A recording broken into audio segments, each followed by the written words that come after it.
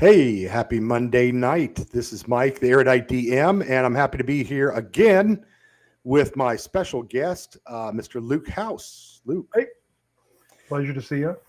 Luke is a friend and has been gaming with our Monday night group recently. Just to recap, anyone who didn't watch last week, the Monday night group, everybody, some were out of town, some have some work commitments, so we took just a break for a couple of weeks or a couple of sessions. For all I know, we may be back next week playing Shadowdark on a live stream. We'll see. But Luke had been playing with us, and friend of Greg Christopher's, aka Chubby Funsters, and plays in his game, Saturday night game, for what you said, 4 years, I think, 5 years. Yeah. Yeah. Hey, Michael, how are you doing, bud? What's up, bud? Yeah, so we're starting early. We're kind of messing with everybody, and part of that's my fault. I had an extremely long weekend with Texas A&M college football, and it was a great game. They came back and won from a big deficit, but it wore me out, and I was watching college football stuff all day Saturday, and then the next day seeing what all the podcasters were saying and the YouTubers, and so I was pretty worn out. And I'm a little tired today, but just a little bit of housekeeping. Last week, Luke shared his top 5 things that he really likes to use in RPGs, or 5 things he thinks are really resourceful and useful. And I told everyone I would put them in the show notes, the links to them, and I did not. Slapping myself over here. So apologies. I will get to that. Luke's going to share the list with me again. I will round up those links and put them in last week's. That's November 10th's video. But tonight it's kind of my turn. I'm going to share these with Luke, although we'll go together because Luke's going to be familiar with many of these. Yeah. And I think he might even have more opinions on some of these, particularly the ones written by Chubby Funster. Because he plays in a regular game. Although that's not a Shadowdark game, is it? Isn't that a OSE game or something? Yeah, we play a lot of things. There's very few systems we haven't touched. But Okay. but one of the things beautiful about Shadowdark and like Shadowdark resources is it's very simple, and very easy to bolt onto whatever you're looking at. So you're going to talk about the player's companion. Sorry, spoiler alert. But there's not a thing in that you couldn't kind of insert into OSE or another very basic game. Yeah. It's all great content. Yeah, exactly right. And, when we're looking at these things and we're talking about what is resourceful for an RPG, we're talking mostly, sword and sorcery type games, fantasy games here, as opposed to space games or Wild West or something like that, or post-apocalyptic. But it doesn't matter what you're playing. For my tastes, I like resources that are, wait for it, resourceful. I mean, they're utilitarian, right? They add things that you don't have. And I did a video today, probably my most successful video. I think it was back in the spring, and I don't know why. Maybe it was in the summer. I don't know why it took off. I was just ranting about a lot of different things in Shadowdark, but I kind of laid out my philosophy with Shadowdark is that, Kelsey Dion, I've said this many times, built this really great chassis of a game with an OSR mentality, even though it's got advantage, disadvantage, and some 5e mechanics to it. The heart and soul of that thing is OSR and rulings over rules, and don't get caught up in your character sheet, things like that, and how to play the game. And in that video, I mentioned in my philosophy that, I take this chassis and then I like to expand it. I like to borrow from this and borrow from that and add it into the game. And I talked about the cursed scrolls, and those have been very, very popular. And now the 4th one is out. We may have even touched on that last time a little bit, Luke. I don't remember. Yeah. But I'm very much a homebrew guy, in that I like my own homebrew world. I like homebrewing, maybe magic, weapons, all kinds of things, even monsters sometimes. And I retain the right to do that. I can do that, right? Depending on the game you're playing. In Shadowdark, she says it in the book, it is very wide open. She gives you that blessing. Look, I've created a thing here. It was meant for simplicity and ease of use, and it's very sparse. It's meant to be, so you can jump right into it with the basics. If you want to add to it, add to it. If you don't like a part of it, don't use it. So I get a little pushback once in a while from somebody saying, oh, but that's not in the core rule book. That's all you ever need. And all you have to do is a gauntlet. And that's okay, but I'm not going to argue with somebody. I don't care to play that way. I like to add them. That's why some of these things I'm going to mention here, why I'm setting this up. And it could be D&D we're playing, or it could be, Castles and Crusades or anything. There's stuff I like to borrow from other things and bring in. And even one of my choices tonight is a fantasy novel by a guy I've talked about quite a bit. And I'm not going to do a long expose on the thing. I'm listening to it for the second time on audiobook in 2 years, 3 years, whatever it is. And there's just so much great stuff on it. We'll talk about that one maybe last. So what else, Luke? What else is going on? No, you know what? It's funny thinking about Shadowdark. I've been really getting back into DCC and MCC, which is another just really interesting chassis. But like, there's a when I first started getting into games as kind of an adult, my second renaissance, I got DCC, and looking at it, the way they blew up everything, like when Wizards casting a spell can go just as wrong as it can go right. Like it was the most fun. But like I've noticed as I've been playing around with Shadowdark more, a lot of the bloat that kind of gets into DCC, you can just pick and choose systems from Shadowdark and DCC and just slap them into your own home system really well, because there's kind of a boiled up and boiled down between the two of them that I think works really well. Absolutely. And that doesn't get mentioned enough, that there is this undercurrent of DCC, the roll to cast part of it, like DCC. I love that.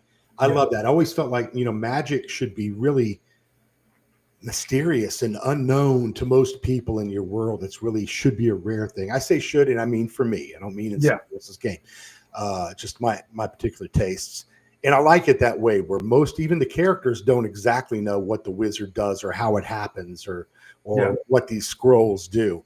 And DCC did that the best that I'm aware of, maybe first, in that you had these crazy things that could go wrong. And I mean the equivalent of losing your character. You're suddenly blinked to an alternate plane someplace. Well, I don't know how we're going to find him or her, get them back. That's not really an option. So, but it's funny as hell if it happens to somebody else. Maybe not if it happens to you.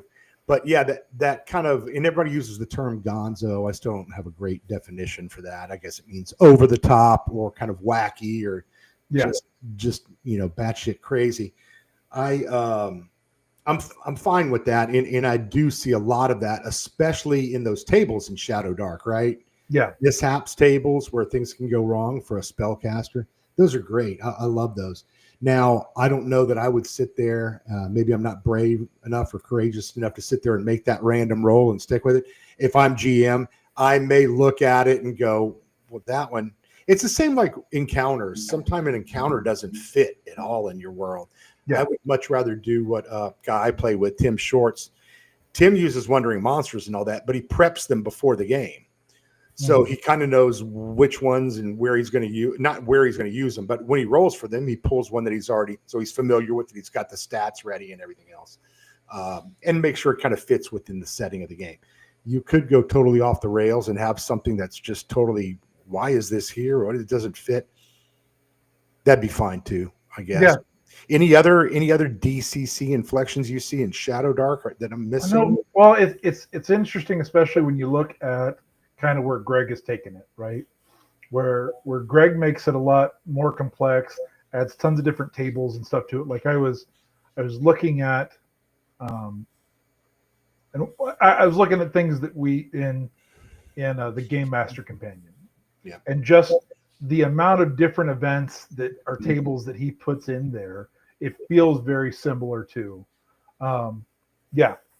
you get just a lot of just the random burst of flavor in different spots that as you're putting stuff together, I think is perfect.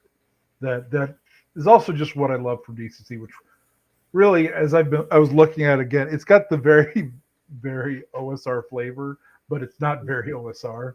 Right. Like once you get deeper into it.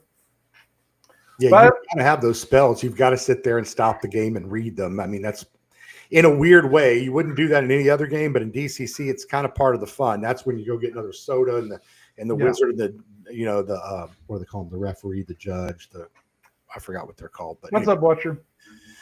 Hey, Gabriel, what's going on? Watcher DM. we're just talking right now about DCC and some of the intersections with Shadowdark. Just kind of something that we fell upon when we started talking here. Yeah. Gabriel, have you played a lot of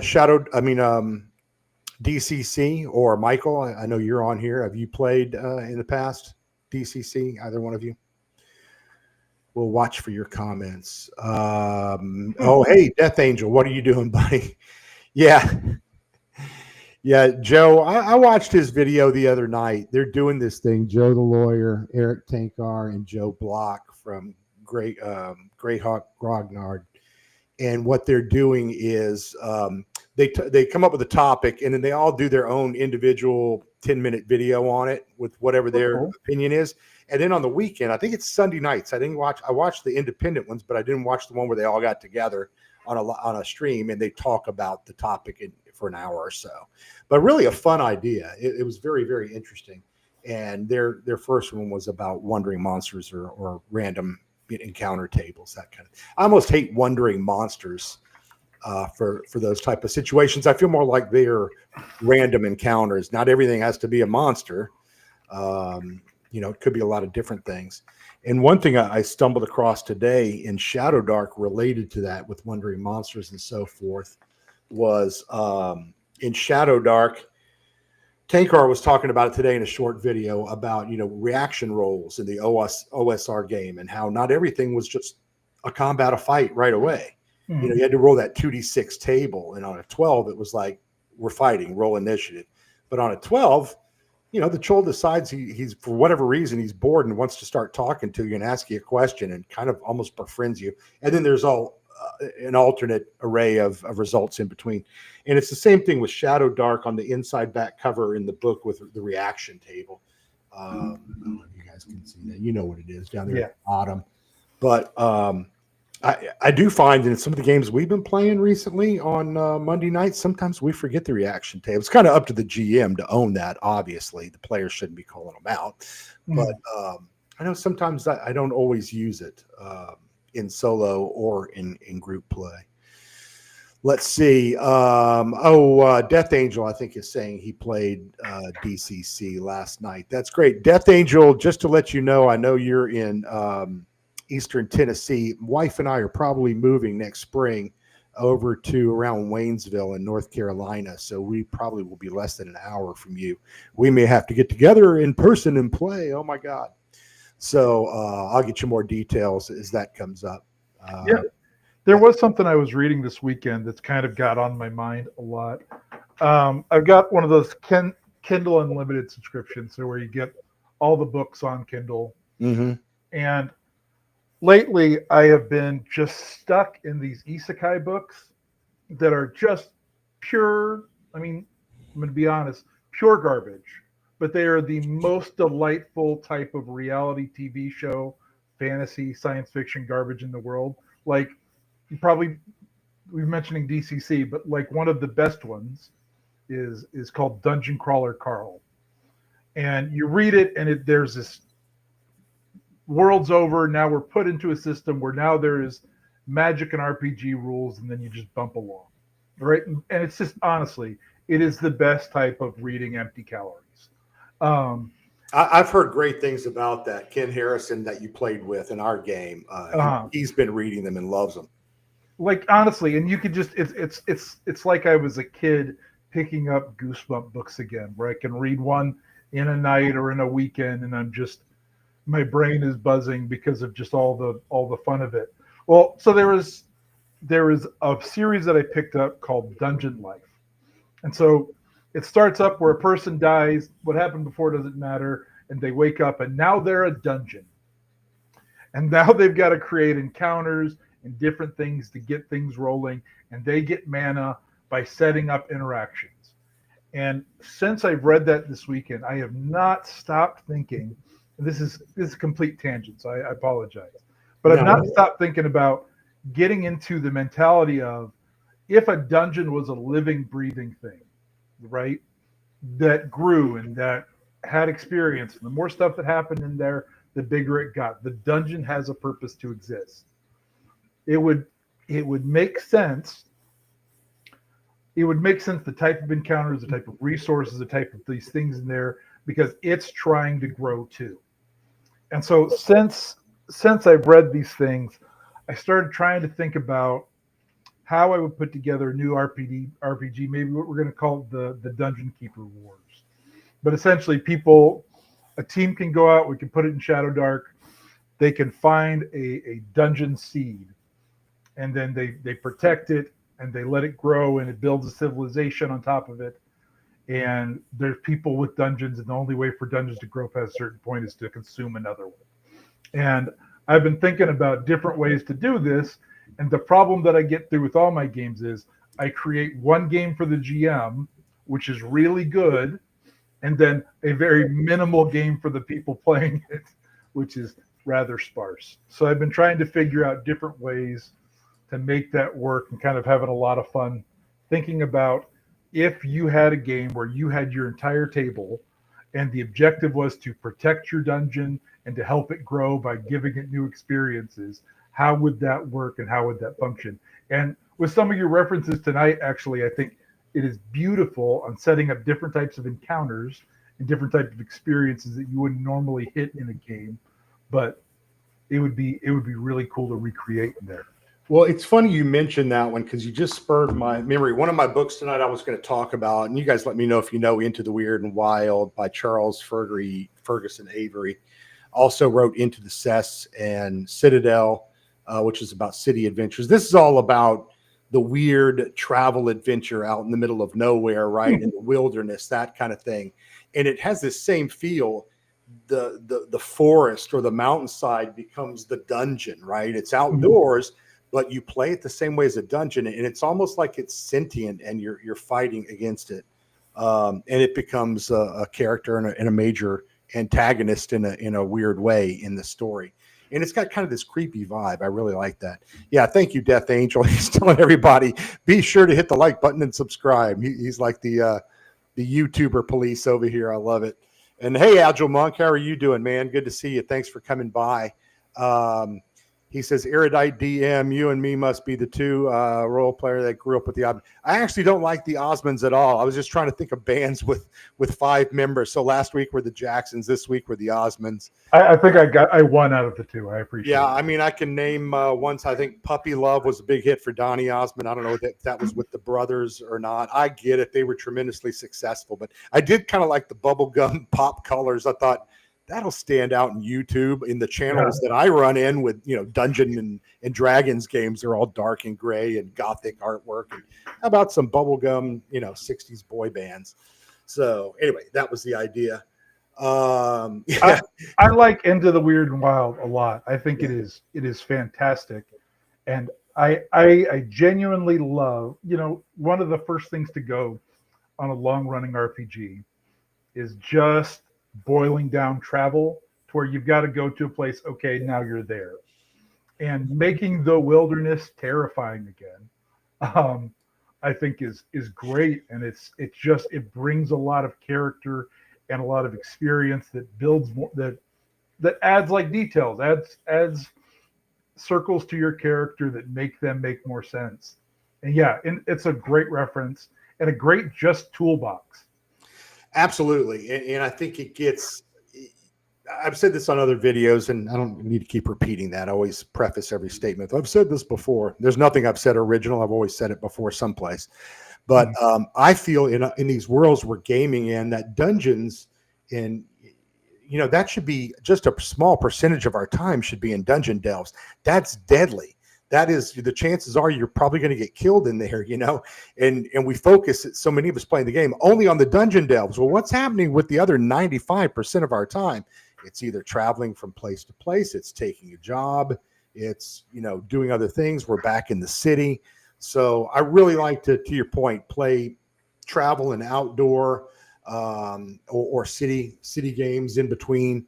I did one on travel months ago, and I promised everybody I was going to throw together a little 2 to 3 pager on some simple, how I would organize travel. I've not done that. I've got a whole list of things I've said I was going to do that I haven't done. I know Chubby, he and I talk about this, and he's like, dude, I got like 100 different things in different directions, and trying to decide which one I spend time on is, Yeah. it is challenging. A lot of paralysis by analysis. Or watching college football all weekend and being a lazy ass and not, writing my game stuff. So apologies on that. You guys feel free to call me out. Hey, you were gonna write something about this and you've never come back to it. What's going on? It's all right. It's like getting the couple of zines that I've written so far are not ready for POD. Well, I finally got Affinity loaded up this weekend, so I need to start doing the formatting on that so I can upload those to DTRPG and people can buy the book or the little booklet if they want that. Yeah. I was going to say, though, on Into the Weird and Wild, before you move on, No, I'm going to go there. I'll open it up, but please continue. One of the things, so, in RPGs, and I've been thinking about the town that adventurers stop in frequently. Like, they raise the rates the second adventurers start showing up. And like all of your town stories are usually awful. They're all backwoods places no one would ever want to be. Well, unless you make the wilderness scary, people going and living in those towns don't make any sense. The town's kind of awful. Bad things happen. But why do you go there? Have you been outside? It's terrifying. And so like there are these things that need to narratively happen to make the other make sense. And going through this, you get the woods are great. Rangers are terrifying. The people that make their life being out in this. It adds so much depth. It's one of those key things to where you need it to be scary to be outside to make sense on why people need other people. And Into the Weird and Wild does an amazing job of that. Yeah, just looking at the chapters here in the beginning, he kind of sets the table, things like surviving the night, how important that is, becoming lost, the call of the wild, and he has madness rules in here. There are a lot of things in here you could interpret easily and inject into your own game without problem. You'll see here looking over it's kind of small though. I wish I could make this thing larger. I'm not sure why it's not doing that, but maybe because I have this background on here. But you see under Beasts of Branch and Bone, that's the majority of the book. And there are just some wild ass monsters in here. Let me zip over to one. Cacophonous crowmen. Sounds like my raven folk, And there's all this kind of stuff in here. I mean, just really, oh my gosh, that looks creepy. Cherubs. Now true, you're going to have to do a little stat block conversion for whatever game you're playing in, but I wouldn't think it's that difficult. I mean, it's not for me. If it's not for me, it's not for you. Yeah. So I'm not going to go through all these, but you get the idea. These are creepy, woodsy, almost fairy tale. Feels a little like Dolmen Wood to me in some ways. Gabriel says my crow babies. Yeah. Oh man.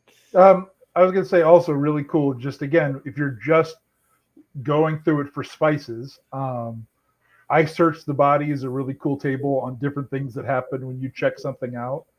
And it's towards the very end. It's 100 different locations you can plop in when you are just filling out and kind of developing your hex crawl. There are so many amazing things here that you can just pepper throughout any other content. I mean, it is genuinely system neutral. Yeah, and that's the first thing he says at the beginning of the book. Let me go back to the beginning here because now I'm kind of stuck in the bestiary, which is fascinating. You can do a whole show just on that and going through each one of these monsters. Look at the artwork. Yeah, that's pretty wild looking. The woods are alive and they don't like you and they're trying to kill you. I think it says that in here somewhere. Or am I getting that from somewhere else? No, that's in there. Am I remembering that from here? Yeah, the woods are alive and they're trying to kill you. Factions, they have the Court of Broken Branches, the Children of El Cremorin, the Ruin, the Wild Elves, the Primal Wheel, just tons of good stuff. And you could easily, I know playing my solo game, I didn't even use all of this. I just pulled out a thing or two here and there that I wanted to use, and then I used Knave 2E like everybody else uses Knave 2E for the tables, right? And it was just so easy and fast. And I think it would be, I would use it like that running a group, but I don't know why. If we're on a VTT and we're on roll 20 or something, I'm less likely to do that. I feel better and safer if I have everything planned and a map ready. I'm not as good as going off the cuff with that as I am at a table with dice and graph paper and so forth. Just probably my own lacking skill sets. The other one that I really like, speaking of Ben Milton, is Maze Rats. And I'm sure everybody, the guys are listening to this tonight, they all know it. Maze Rats and, what is it, $5 or $6, something like that. But just great tables for rolling up characters, names, their clothing, personalities, their mannerisms, their physical details. And they're all like D6 tables. So, everybody knows how that works, right? Yeah. So good stuff. Maze Rats is a lot of fun. I don't think I would ever play the game by itself. I mean, you could if you're playing with kids and you wanted to play a role-playing game, just throw something together that's really rules light. It's about as rules light as you're going to get. I've played some Maze Rats in particular with people that I played. It was either Maze Rats or Knave, but I played that with a 5-year-old, a dude I worked with, and my 2 teenagers. And it was easy enough, like Ben Milton stuff is usually easy enough to be able to explain really quickly.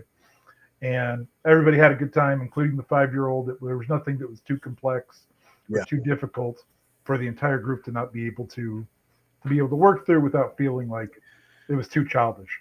I just don't have that opportunity. I don't have grandkids yet, and my kids are too old. So I'm not around kids that age. I'd love to. Paul Turner works with Boys and Girls Clubs, and he's a regular on our Monday night show. But lately he has a new job, so he's been busy. But Paul does this and has done this for years. He teaches young people how to play these games, even if it's only an hour or two after school kind of program thing, which I think is great and a lot of fun. But he has whole. If you're interested in that, and you want to play with your kids or your family or your brother or sister's kids, your nephews and nieces, whatever it is. Yeah, check out Paul Turner's channel, Flint Fire Forge. He's got good stuff there, and I think you all know Paul. Let's see. We all love Ben Milton, says Agile Monk. Well, I don't know a couple who don't. I've never actually checked out Maze Rats. This is Gabriel at Watcher DM. I saw Ben talking about revising it, Maze Nights. Yeah, that's right. I heard that too, just in the last week somewhere. I don't know where. Maybe I watched that video over the weekend or something. Agile says, after the move from Word Perfect, they're still talking about which word processing program to work with over here, which is fine, guys. Feel free to use the comment section. So it's like Monday night boredom, and we're all checking in to talk about something. And since there's a few more of you here now, I will repeat that the whole reason Luke was nice enough to join me and do this, because he's been playing our games recently, is we're trying to hold this slot for Monday nights at 6 p.m. Central. While Tim and Paul and Vance and Ken, some of the guys are taking a little break. Chubby had been playing with us for about 6 weeks or something, it felt like. I had DM'd, others had DM'd, he was DMing, and he was busy, time was short, so he had to take a little break. But Luke was cool enough to hang out. And Luke and I, turns out we both live here in Texas, fairly close to each other. So he's been filling in as our resident expert on Monday nights. No pressure, Luke, there. I enjoy it. It's been great. Yep. So let me jump to the next one here. And wow, we're talking. That's okay, though. We're not on any real, I don't expect we'll go very long, but we can talk about whatever you guys want to talk about. So if you have a question or a subject you want to kick around with the group, please do. I'm going to share the next thing I'm looking at. Let me make it bigger first, and maybe that'll help some with the sizing issue. And I know some of you know this one as well.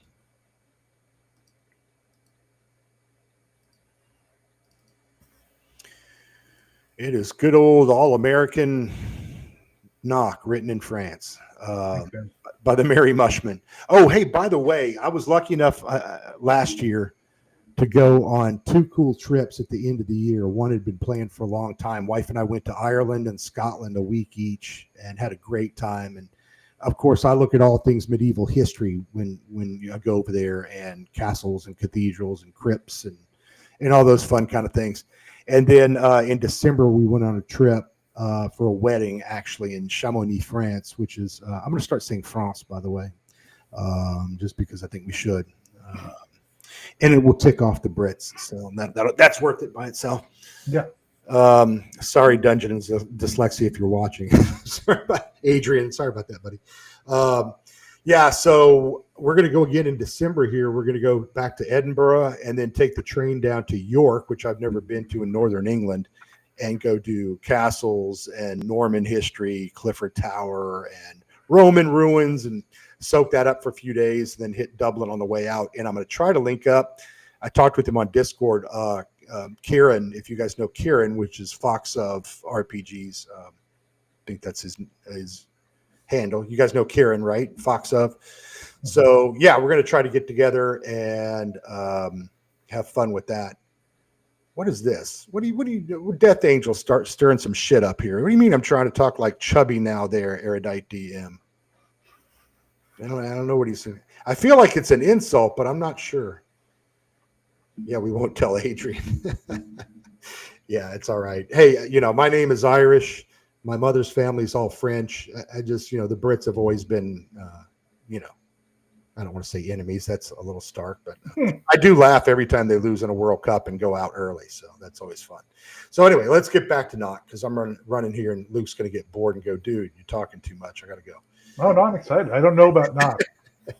So we're on Knock number 5 here. This one came out. I did the Kickstarter and got a bunch of the books. I say a bunch. I got all 5 of them in print because I really wanted to have them. If you don't know Knock, go look, check these out. Get the PDFs at least. Fun artwork, but these are a collection in a zine format of articles written by GMs. You can see it's much, much thicker book.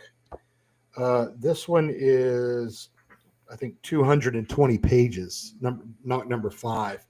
And they're little 2- and 3-page articles. And I'll give you a sample. Here's everyone who wrote it, and you'll know some of these people. I've seen all kinds of famous names. There's Chris McDowell right there, and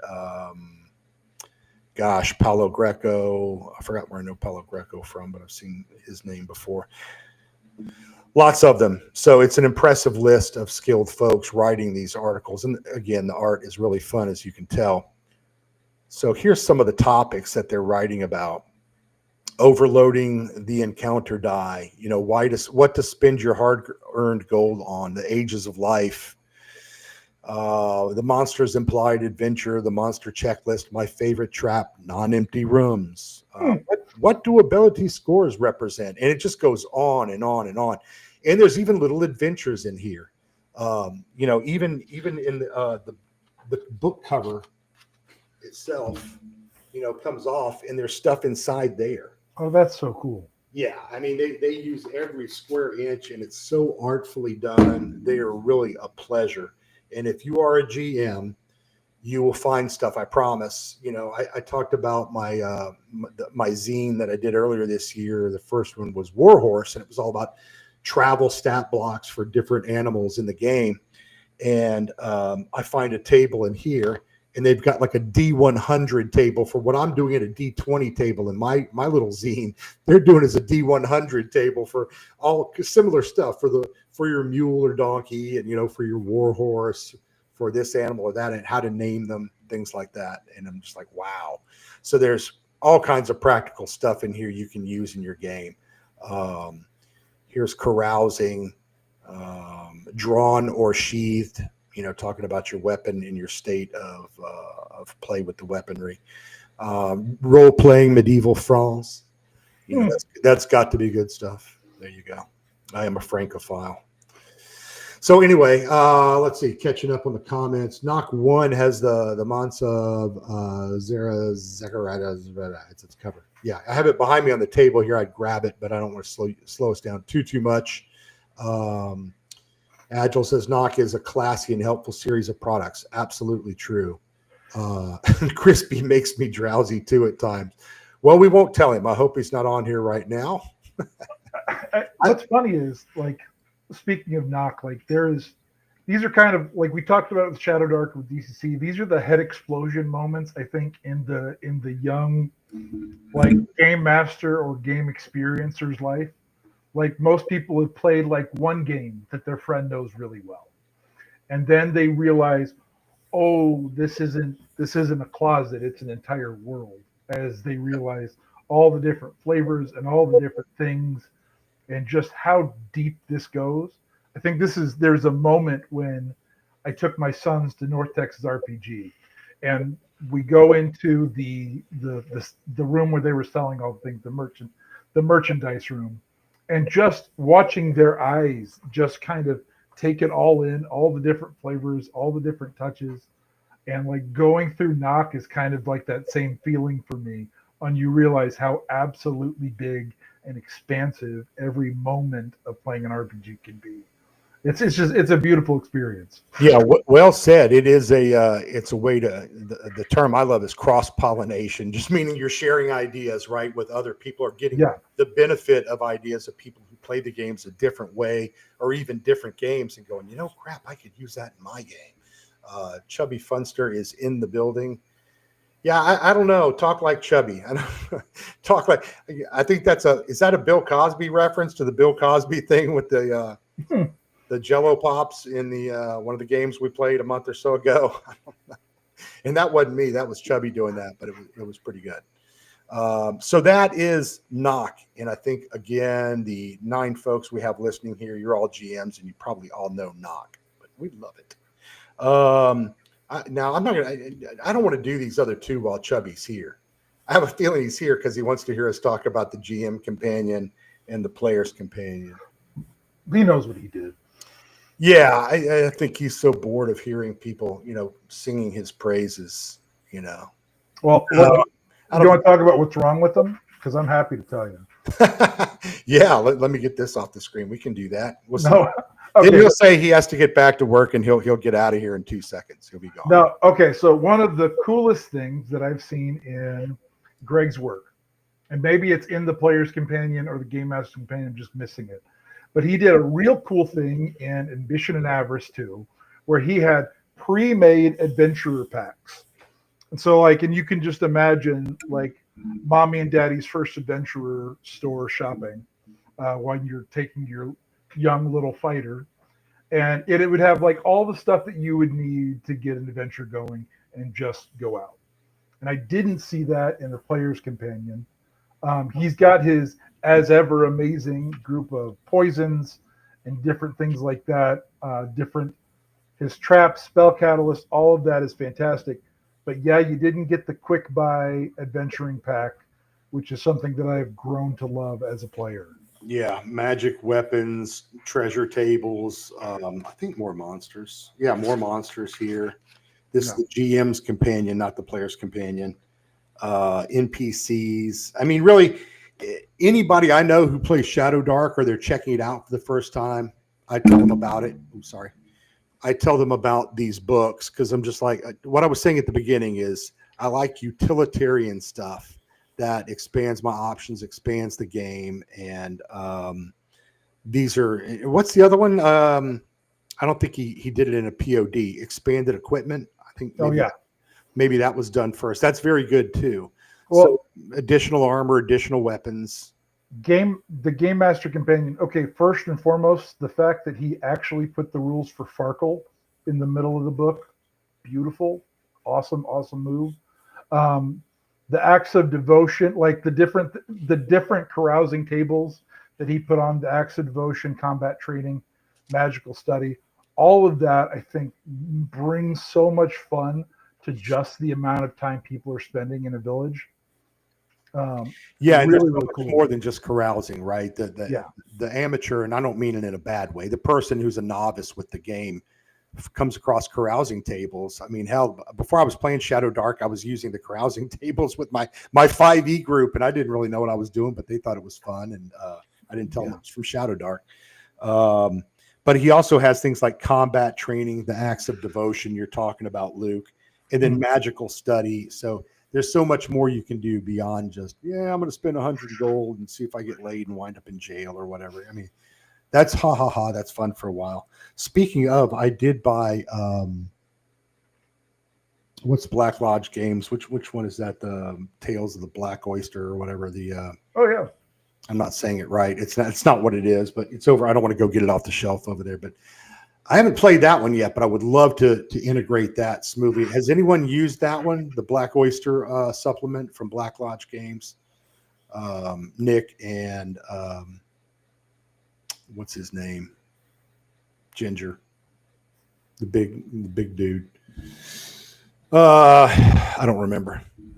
I think one of the other really cool things in Game Master Companion that it's, if you are looking for stuff to do or ways to spur your teams on, like if your guys are kind of getting to a creative standstill, he put a table in the Game Master Companion for rival crawlers.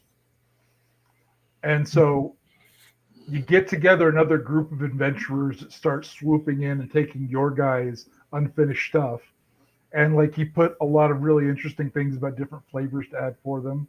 I think his secret table is really cool. I've used something like that in my space games as well.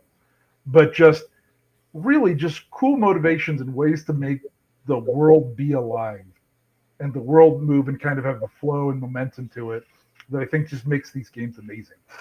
You know, to me, one of the big high-level subjects to me always in my mind is people spend so much time talking about the systems and the procedure and the mechanics of the game. But at the end of the day, those aren't, for me, that's not what makes the game. What makes the game are the ideas I pull from Lord of the Rings. Yeah. I pull from the latest fantasy, or I pull from Black Company, and I use names and I twist them around and I go, oh, that was a great little chapter. And I make notes from that and I recreate that encounter or situation in my game. That's really where I like to dig in. And you can, I guess it's all plagiarism of a sort, but only if I publish it. If I'm just using it in my game for fun with my friends, and all bets are off, right?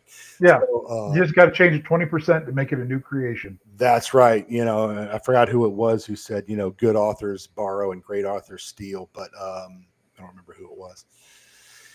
Anyway, it was you. You said that. Well, I just literally said it. That's a you quote forever. But I mean, there's real famous authors in literature that have made the same comments. What about Player's Companion? The thing I like about Player's Companion are the different, the archer, etc., the different classes, and it kind of expands what you have there.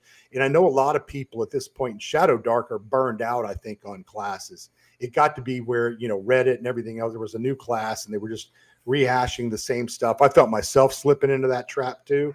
And I just kind of said, okay, enough with the classes, although I am going to do a Gallo Glass Irish Warrior at some point. Picasso, thank you, Gabriel.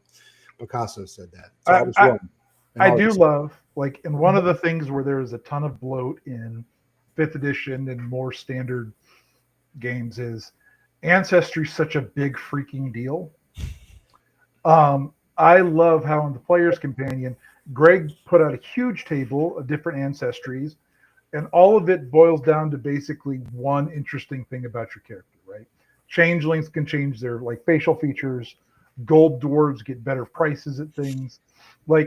At all these different things, I feel like it is letting the characters and the players have their cake, have their huge creative moment, but not creating the point to where you need a 2-page backstory to find out that these orcs are actually all farmers who run a bakery, and that's how their culture works. It gives people the chance to have the fun that comes from unique ancestries without the bloat that comes from so many other games. I just want to shake those people though and tell them you're living a lie. Your game is a lie because all you're doing is picking things that look different. Eric Tankar and I did a video last week about the OSR. He was nice enough to come on the channel. Y'all go watch that one if you get a chance. And we talked just briefly on races and ancestries. And the problem is, it's not a problem. It's just an observation. And this is all my opinion. They all wind up playing them as humans, and the only difference becomes you have horns or purple skin or this. So what Greg did there is actually really insightful. Focus on the one unique thing that they do really well. That's all you really need to remember. I mean, hell, they all speak the same languages. Yeah. It doesn't matter in our games. All the humans speak the same languages, which is ridiculous. I always toot Greg's horn with The Last Candle because he had and I know others have done this too, where they have like a medieval, version of Latin, and it's Old Imperial or Alt Imperial or something. And then they'll have modern languages based on different countries. And I love that idea. And I still have my notes. It's one of the ones I haven't gotten to. I'm going to do a long form video on language and how to use language in the game, how I think you should. And maybe there's some tables to support that with comprehension that hey, maybe we could actually use our intelligence for something, as an ability score.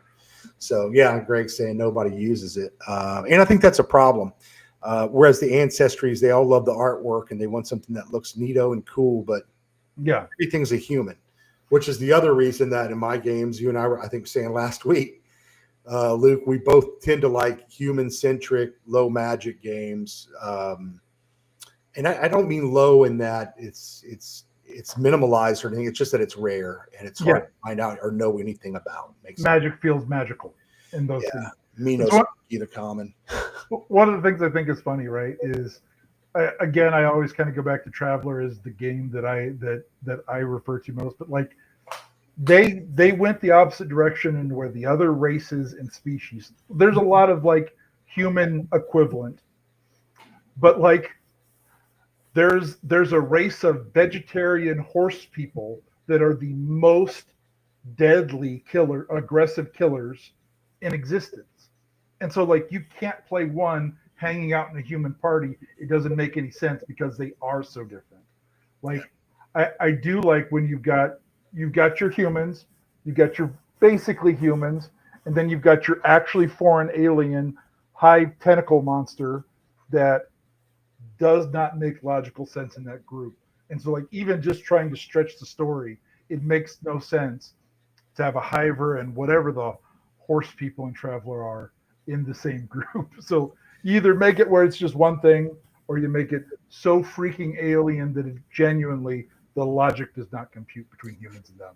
Yeah, whether you're playing Traveler or any kind of game or D&D or whatever, my problem is I really like, well, I have lots of problems, but I really like moral ambiguity because that's reality, Bad people do good things once in a while and good people sometimes do something really bad.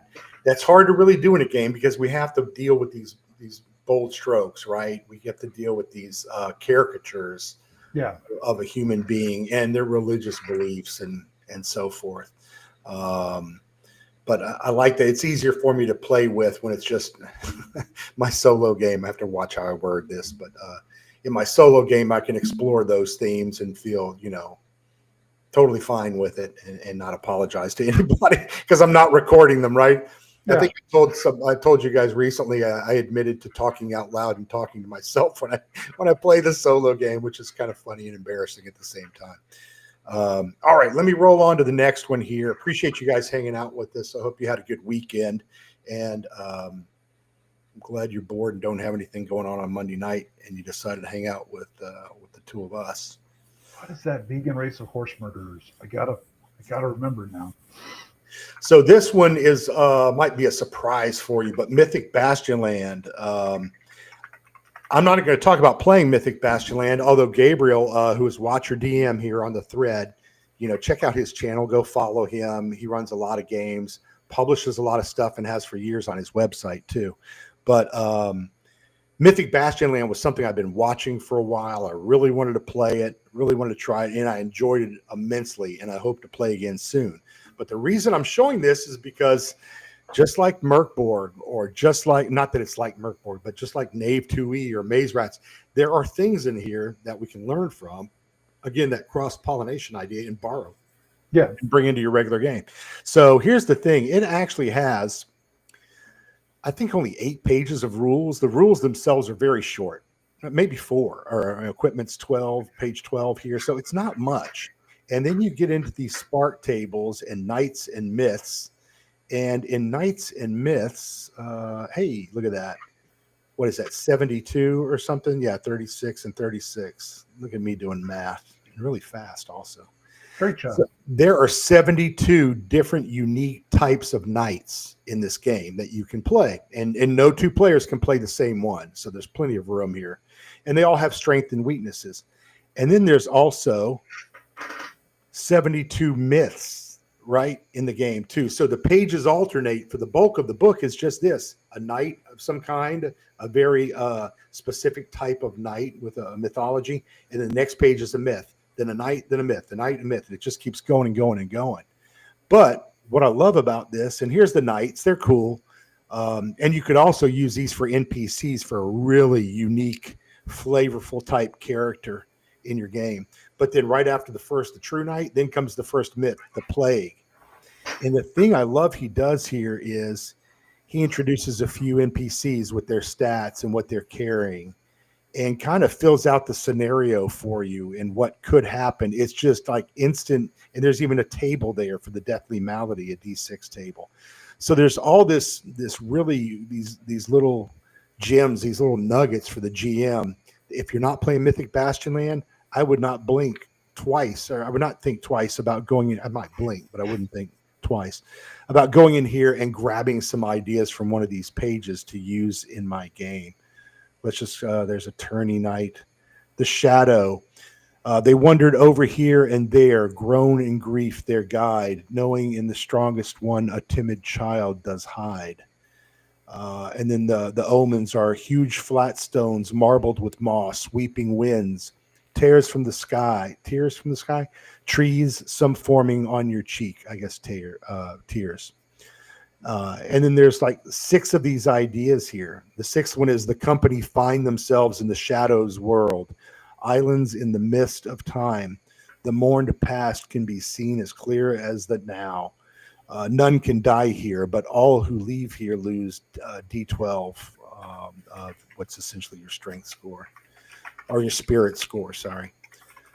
The shadows are only appeased by displays of grief. So, and then there's like keywords down here: dwelling, a traveler's inn; sanctum, a mirrored grotto; monument, a runic cairn; a hazard, forgotten traps; a curse, illusory paths. And it's different on every one of these pages. That's so cool. Yeah, and then you've got characters up here that you can throw together an idea with. So anyway, you got the idea. There's great encounters in here and locations under the myths pages. And then, if you're looking for a really cool villain or a knight of some sort, it would not be hard to, or a hero for that matter. You could twist and turn these really easily. Gabriel, if you're here, did you want to share any thoughts or anything about Mythic Bastionland? What you liked best about it?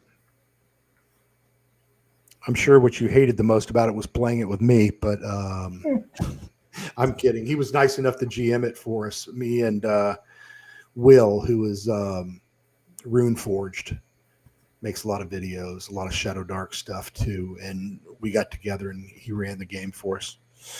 Let's see. He might be getting his dinner or something. He's not answering. Okay, so we'll move on.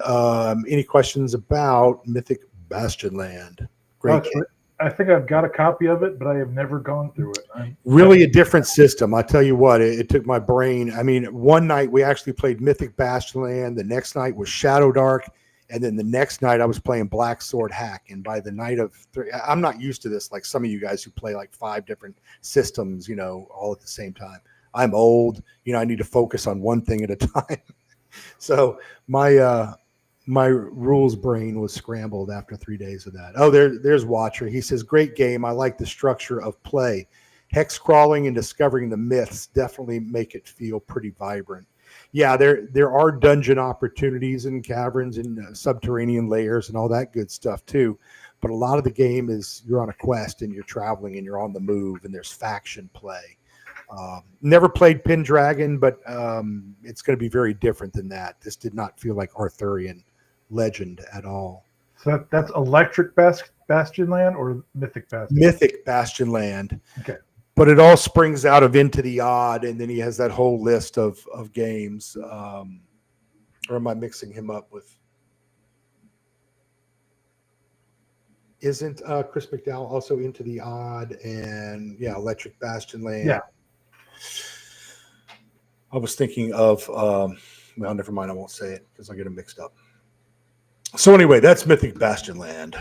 So told y'all at the beginning of this I was kind of fried. Luke, did you have anything you wanted to interject? I'm doing a lot of talking here.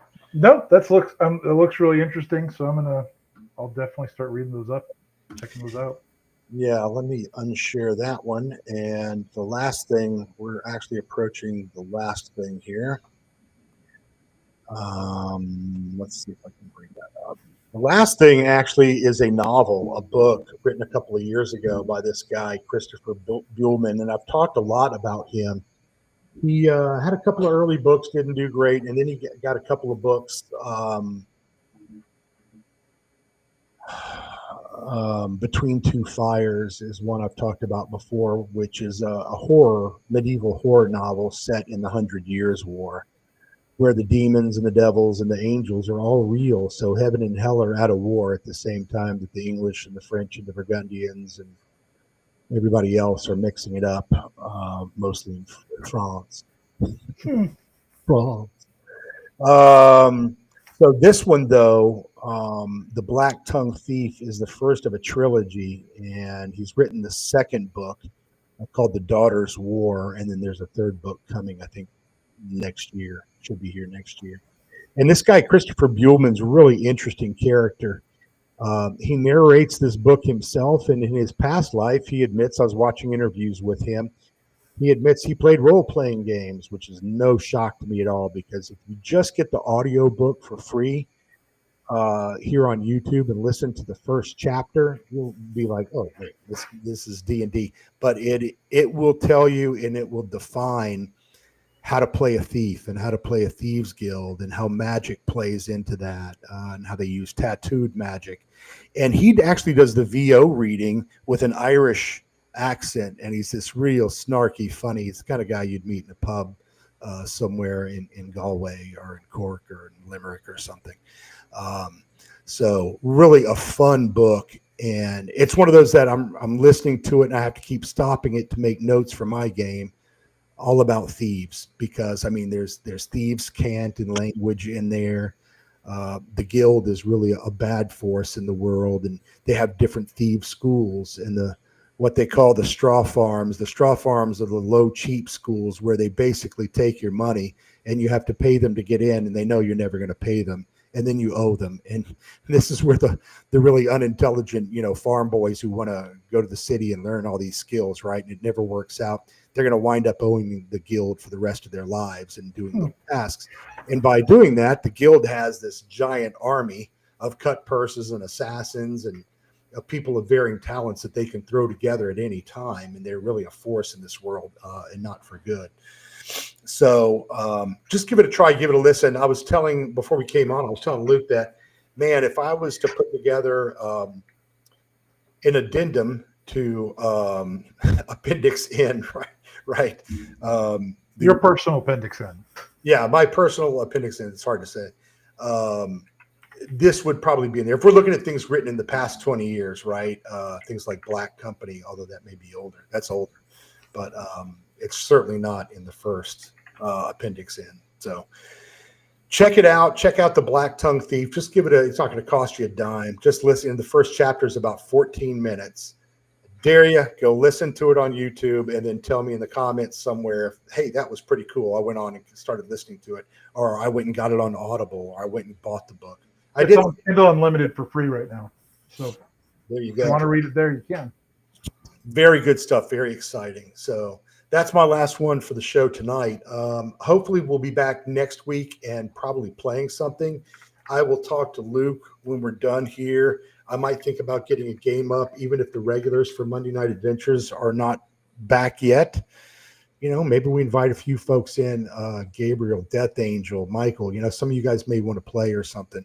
You can always email me at eruditedm@gmail.com. And some of you I'm connected on Discourse.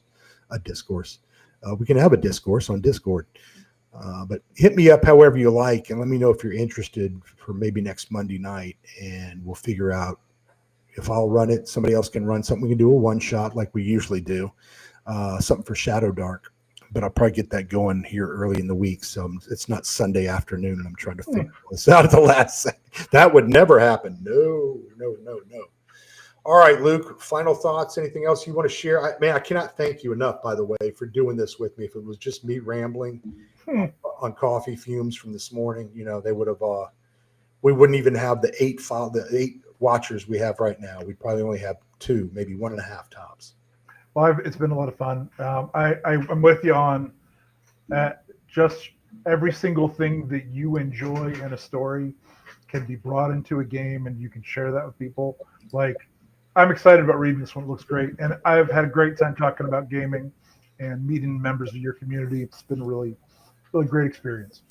Yeah, that's my goal. That's my goal for the channel, just meeting more people. Chubby brought you in, and we met you, and I know you and I are going to game together again. So I'm just trying to build up a group of people that likes to talk about this stuff, all this stuff in the comments. I consider all of these people friends at this point. So how lucky are we that we get on here and play games and talk to people all over the country about Shadowdark or BX or whatever the heck it is we're playing this week. So you guys have a good week. Play some games. Thanks again, Luke. We'll see you next Monday. I have a video dropping tomorrow about the falchion, if you want to use a falchion sword in your games for Shadowdark. I think it comes out around 11:30 Central, somewhere in there. So watch for that. Thanks a lot, everybody. Like the video. Appreciate it.